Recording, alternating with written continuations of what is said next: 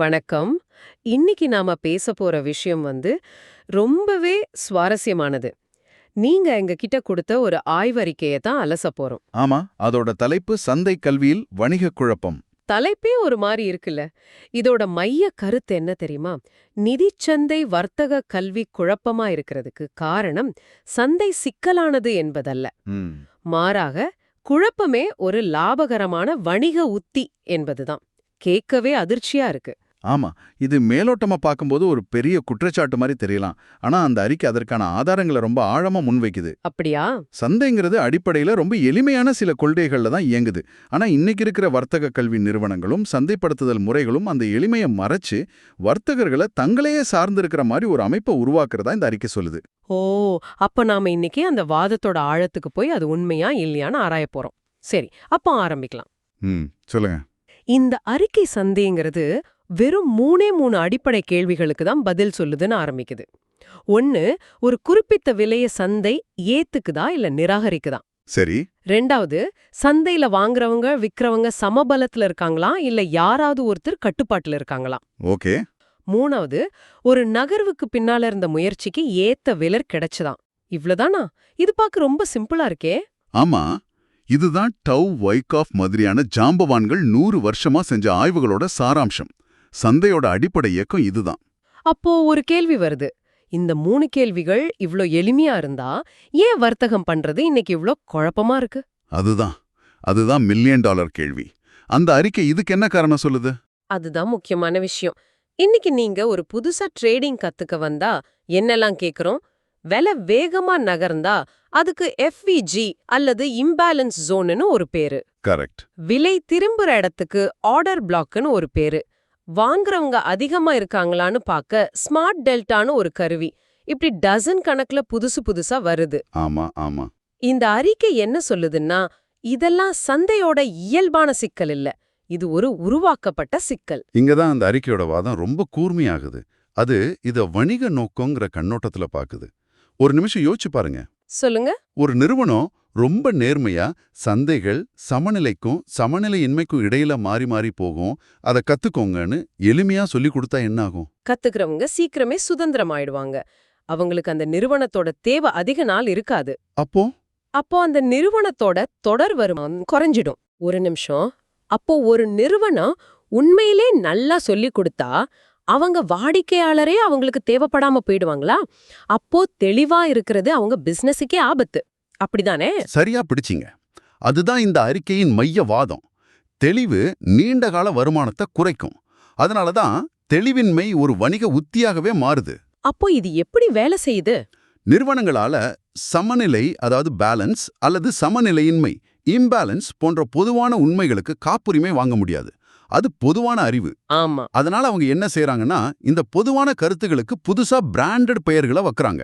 அத ஒரு புதுசா கண்டுபிடிக்கப்பட்ட ரகசியம் மாதிரி மறுபொட்டலமிட்டு விற்பனை செய்றாங்க. அப்போ வேல்யூ ஏரியாவும் எஃப்விஜியும் அடிப்படையில ஒரே விஷயத்தோட 2 பக்கங்கள் தானா? அது எப்படி சாத்தியம்? எனக்கு இது கொஞ்சம் குழப்பமா இருக்கு. நல்ல கேள்வி. இப்படி யோசிச்சு பாருங்க. சந்தை ஒரு ஆற்றின் ஓட்டம் மாதிரி. சில நேரம் அது அமைதியா ஒரு ஏரியால தங்கி நிற்கும். அதுதான் பேலன்ஸ். ஓகே. இந்த நிறுவனங்கள் அத வேல்யூ ஏரியா, ஃபேர் பிரைஸ்னு சொல்றாங்க.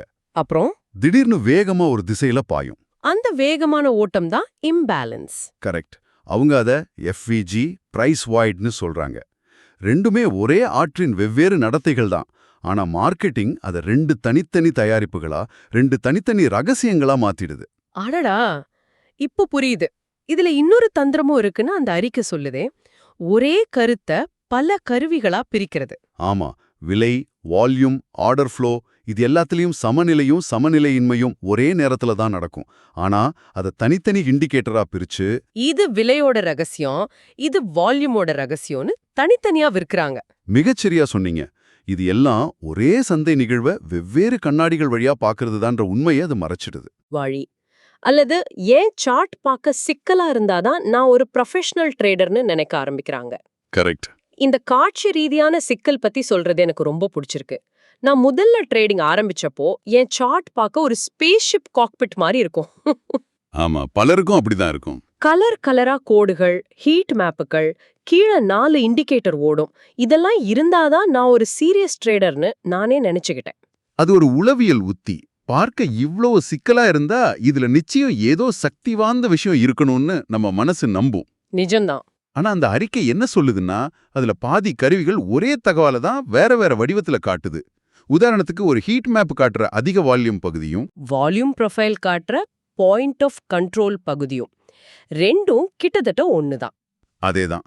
ஆனா தனித்தனி கருவிகளா விற்கப்படுது. இது ஒரு படி மேல போய் இந்த அறிக்கை இத சொற்களஞ்சிய பெருக்கம், அதாவது vocabulary proliferation சொல்லுது. அது மட்டும் இல்லாம இது கற்பவர்கள் மேல நடத்தப்படுற ஒரு மறைமுகமான அறிவாற்றல் தாக்குதல்னு ஒரு வலுவான வார்த்தையை பயன்படுத்துது. ஆமா, அந்த வார்த்தை கொஞ்சம் வலுவானது தான். ஆனா அதுக்கு ஒரு காரணம் இருக்கு. ஒரே சந்தை நடத்தைக்கு இத்தனை பேர்கள் இருக்கும்போது என்ன நடக்குதுன்னு பாருங்க. ம்.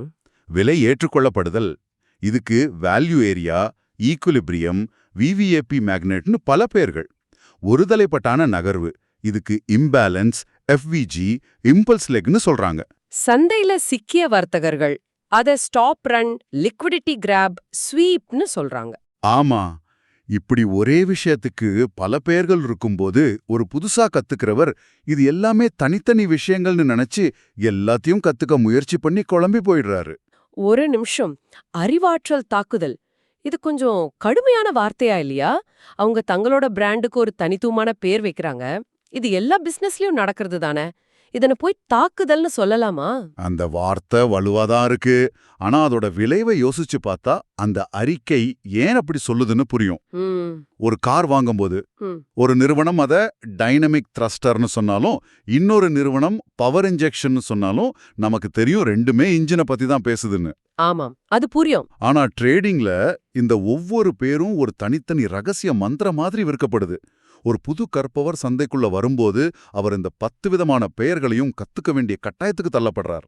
இது அவரோட கற்றல் நேரத்தை தேவையில்லாம நீட்டிக்குது, அவரை குழப்பத்துல வைக்குது. அந்த வகையில இது ஒரு மறைமுக தாக்குதல் தான். அடடா, நீங்க சொல்றத கேட்கும்போது தான் புரியுது. ஆமா, இது ஒரு கல்வி முறையே இல்ல. இது ஒரு பழங்குடி சந்தைப்படுத்துதல், அதாவது ட்ரைபல் மார்க்கெட்டிங். எங்க டீம்ல சேர்ந்தா நீங்க தான் கெத்து, மத்தவங்களுக்கு ஒன்னும் தெரியாதுன்னு ஒரு மனநிலையை உருவாக்குறது. கரெக்ட். எஸ்எம்சி கத்துக்கிட்டவங்க மார்க்கெட் ப்ரொஃபைல் கத்துக்கிட்டவங்கள குறை சொல்றதும், அவங்க இவங்கள குறை சொல்றதும், இதுக்கு பின்னால இந்த உளவியல் தான் இருக்கா? நம்பவே முடியல. சரிதான். இது ஒரு அடையாளமா மாறிடுது. அந்த குறிப்பிட்ட சொற்களஞ்சியம் தான் சரி, மத்ததெல்லாம் தப்புன்னு ஒரு நம்பிக்கை உருவாகுது. இது நிறுவனத்துக்கு விசுவாசமான வாடிக்கையாளர்களை உருவாக்குது. கல்விங்கிறது ஒருத்தரை சுதந்திரமாக்கணும். ஆனா இங்க கல்விங்கிற பேர்ல ஒருத்தரை ஒரு குறிப்பிட்ட சித்தாந்தத்துக்குள்ள கட்டி போடுறாங்க. இதோட விளைவு ரொம்ப மோசமா இருக்குமே. நிச்சயமா. கற்பவர்கள் சந்தை ஏன் இப்படி நடந்துக்குதுன்னு அடிப்படை காரணத்தை யோசிக்கிறத விட்டுட்டு வேற மாதிரி கேள்விகள் கேட்க ஆரம்பிச்சிடுறாங்க. அதாவது அந்த இண்டிகேட்டர் சிக்னல் கொடுத்ததா அல்லது டெல்டா பச்சையா மாறுச்சான்னு கேட்க ஆரம்பிக்கிறாங்க. ஆமா, இது அவங்கள சந்தை ஆய்வாளர்களா மாத்துறதுக்கு பதிலா வெறும் சிக்னல்களை பின்தொடர்பவர்களா மாத்திடுது. சிந்திக்கும் திறன் கொஞ்சம் கொஞ்சமா மழுங்கடிக்கப்படுது. அப்போ நான் வாங்கின அந்த $500 இண்டிகேட்டர் உண்மையில வெறும் கலர் கோடு போட்ட பேலன்ஸ் சார்ட் தானா? கேட்கவே மனசு கஷ்டமா இருக்கு. சரிக்கலாம். இந்த அறிக்கை இத சார்பு நிலை வளையம், அதாவது டிபெண்டன்சி லூப்னு சொல்லுது. அது எப்படி வேலை செய்யுது? அது ரொம்ப தந்திரமா வடிவமைக்கப்பட்டிருக்கு. நீங்க கருவி ஏவ வாங்குறீங்க, அது சரியா வேலை செய்யலன்னு வச்சுப்போம். சரி. உடனே விற்பனையாளர், கருவி ஏவ உறுதிப்படுத்த உங்களுக்கு கருவி பி வேணும்னு சொல்வார். நீங்க அதையும் வாங்குவீங்க. இப்ப கருவி பி ஒரு புது குழப்பத்தை உருவாக்கும். உடனே கருவி பியோட சத்தத்தை குறைக்க உங்களுக்கு கருவி சி வேணும்னு சொல்வார். சரியா சொன்னீங்க. கடைசியில பார்த்தா நீங்க 3 கருவிகளையும் வாங்கி இன்னும் அதிக குழப்பத்துல இருப்பீங்க. இது தற்செயமா நடக்கிறதில்ல. இது ஒரு வடிவமைக்கப்பட்ட எஸ்கலேஷன் லேடர். உங்களை மேலும் மேலும் அவங்க தயாரிப்புகளுக்குள்ள இழுக்கிற ஒரு வழி. இதோட இறுதி விளைவு கற்பவர்களுக்கிட்ட ஒரு துண்டு துண்டான மனமாதிரி, அதாவது ஃப்ராக்மெண்டட் மென்டல் மாடல்ஸ் உருவாகிறது தான். ஒரு தெளிவான ஒருங்கிணைந்த பார்வைக்கு பதிலா அவங்க மனசு முழுக்க கருவிகளோட விதிகள் தான் இருக்கும். சந்தை சமநிலையில இருக்கா இல்லையான்னு எளிமையா யோசிக்கிறதுக்கு பதிலா VWAPக்கு மேல LVN இருந்தாலும் டெல்டா டைவர்ஜென்ஸ் காட்டுது, நான் FEGயை நம்பலாமா வேண்டாமான்னு 100 கருவிகளுக்கு நடுவே சிக்கி தவிப்பாங்க. இது தேர்ச்சி அடைறத வேணுமென்றே தாமதப்படுத்துது. நிச்சயமா. உண்மையான திறமைங்கிறது சந்தையோட சூழலை புரிஞ்சுக்கிறதுலயும் அனுபவத்திலிருந்து பேட்டர்ன்களை அடையாளம் காண்றதுலயும் இருக்கு. ஆனா இந்த முறைகள் அத விதிகளை மனப்பாடம் செய்யறதுன்னு மாத்திருது. இதுல ரொம்ப ஆபத்தான விஷயம் கவனத்திருட்டு. கத்துக்கிறவங்களோட கவனம் சந்தையோட உண்மையான இயக்கத்திலிருந்து விலகி இந்த பிராண்டட் கருவிகள் மேல திருப்பப்படுது. ஆமா, பங்கேற்பு இல்லாததால விலை நிராகரிக்கப்பட்டதுன்னு சந்தை நடத்தைய புரிஞ்சுக்கிறதுக்கு பதிலா அவங்க இந்த இண்டிகேட்டர் சிவப்பு நிறத்துல ஒளிந்ததுன்னு கருவியோட சிக்னலை மட்டும் பாக்குறாங்க. புரிந்து கொள்ளுதல் வெறும் எதிர்வினையா மாற்றப்படுது. சரி, இவ்ளோ பிரச்சனைகள் இருக்கு, இதுக்கு அந்த அறிக்கை ஏதாவது தீர்வு சொல்லுதா? சொல்லுது. அதுக்கு பேரு ஜீரோ ஹீரோ இன்சைட். இது ஒரு கருவி இல்ல, இது ஒரு மனநிலை மாற்றம். ஜீரோ மற்றும் ஹீரோ கேட்கவே ஒரு சினிமா மாதிரி இருக்கு. அத கொஞ்சம் விளக்குங்களேன். ரொம்ப எளிமையானது. ஜீரோ அப்படிங்கிறது சமநிலை. அதாவது சந்தையில ஒரு தெளிவான கட்டுப்பாடு இல்ல. வாங்குறவங்களும் விக்கிறவங்களும் சம பலத்துல சண்டை போட்டுட்டு இருக்காங்க. அப்போ அந்த நேரத்துல என்ன செய்யணும்? இந்த மாதிரி நேரத்துல சந்தை எங்க போகும்னு கணிக்கிறது கஷ்டம். அதனால இங்க நாம எதுவும் செய்யாம ஒதுங்கி இருக்கிறது தான் புத்திசாலித்தனம். இதுதான் ஜீரோ நிலை, அதாவது வர்த்தகம் இல்லை. ஓகே, அப்போ ஹீரோ? ஹீரோ அப்படிங்கிறது சமநிலையின்மை.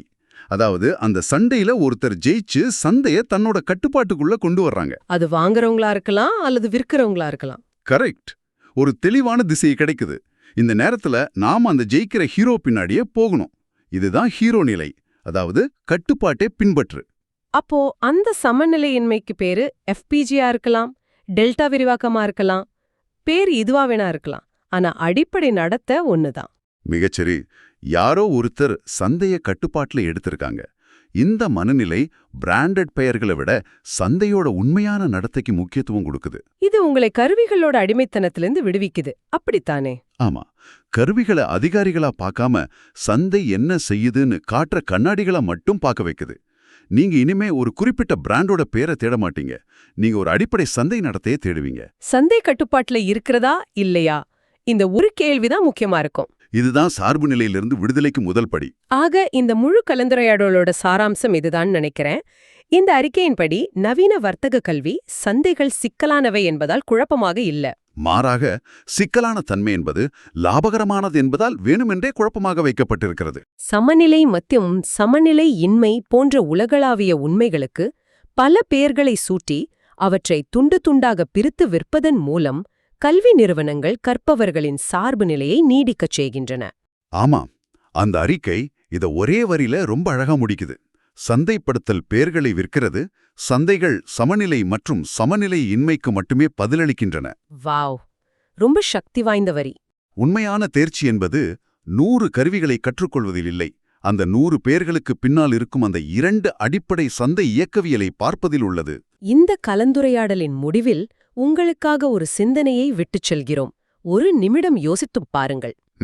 நீங்கள் பயன்படுத்தும் வர்த்தக உத்திகள் மற்றும் கருவிகளிலிருந்து எல்லா பிராண்ட் பெயர்களையும் சிக்கலான சார்ட்களையும் கலரான இண்டிகேட்டர்களையும் நீக்கிவிட்டால் கடைசியில் என்ன மிஞ்சும்? நல்ல கேள்வி. அந்த பார்வை உங்கள் வர்த்தக முடிவுகளை எடுக்கும் விதத்தை எப்படி மாற்றும்? சிந்தித்துப் பாருங்கள்.